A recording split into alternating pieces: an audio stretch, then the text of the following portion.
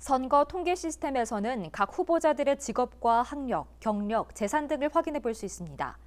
해당 내용은 후보자들이 임의로 작성해 등록하는 건데 본업을 제외한 다른 직업을 명시하거나 정당인으로 등록한 경우도 대다수입니다. 선관위의 검증 기준이 보다 일관되고 엄격해야 한다는 지적이 나옵니다. 최형관 기자의 보도입니다. 이번 6일 지방선거에 북구청장 후보로 출마한 국민의힘 오태원 후보. 오 후보는 선거 통계 시스템에 직업을 건축사라고 등록했습니다.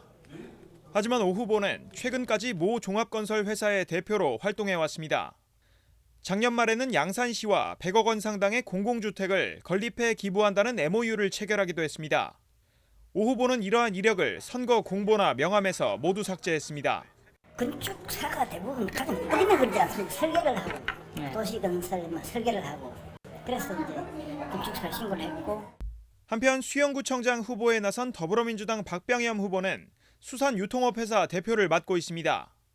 지난 2018년 제7회 지방선거까지 사단법인 부산수산물 공판장 중도메인 협회장을 대표 경력으로 거론할 정도로 해당 분야에 종사해왔지만 이번 선거 공보나 직업란에서 이 경력을 찾아볼 수 없습니다.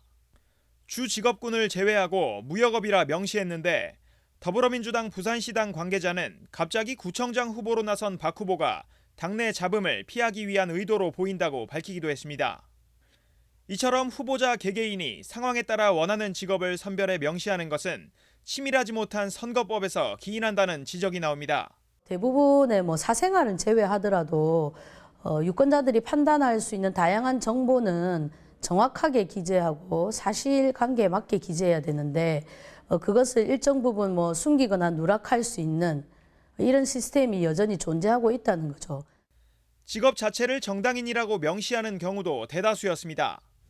부산시 구군의장 선거에 출마한 39명 중 직업을 정당인이라고 표기한 후보는 12명입니다. 전체의 30%에 달하는 수치입니다.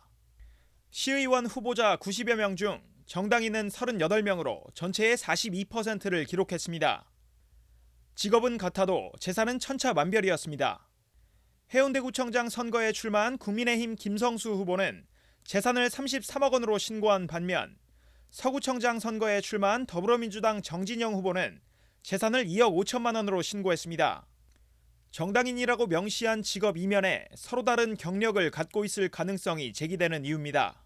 실제 직업을 알고자 한다면 알게 만드는 것이 이분의 실제 구정 운영이라든지 군의원으로서 어떤 의정 활동을 펼칠 것인지 가늠할 수 있는 지표라서 명확하게 이제 선관위가 이걸 임의로 이제 신고하는 내용대로 하는 게 아니라 후보자의 직업 관련한 내용을 전수조사할 수 있는 권한을 가져야 됩니다. 한쪽에서는 선관위가 적극적인 정보 제공에 나서지 않는다는 지적도 나옵니다.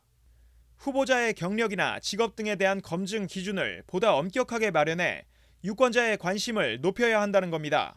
좀 더 다양한 방식으로 알려주고 충분히 유권자들에게 정보 제공과 알 권리를 제공할 수 있는 방법들을 계속적으로 저는 찾아가줘야 결국 우리 시민들이 유권자들 좀 더 많은 투표도 참가하고 선거에 좀 관심을 갖고 참여할 건데 그렇지 않는 부분들이 이번 이렇게 6일 지방선거에서 보여준 선관위의 어떤 모습이지 않나 이런 생각이 좀 듭니다. 제한된 정보 제공이 유권자의 선택에 적지 않은 영향을 미칠 것으로 예상되는 가운데 유권자들의 알 권리는 여전히 침해되는 모양새입니다. HCN 뉴스 최원가입니다.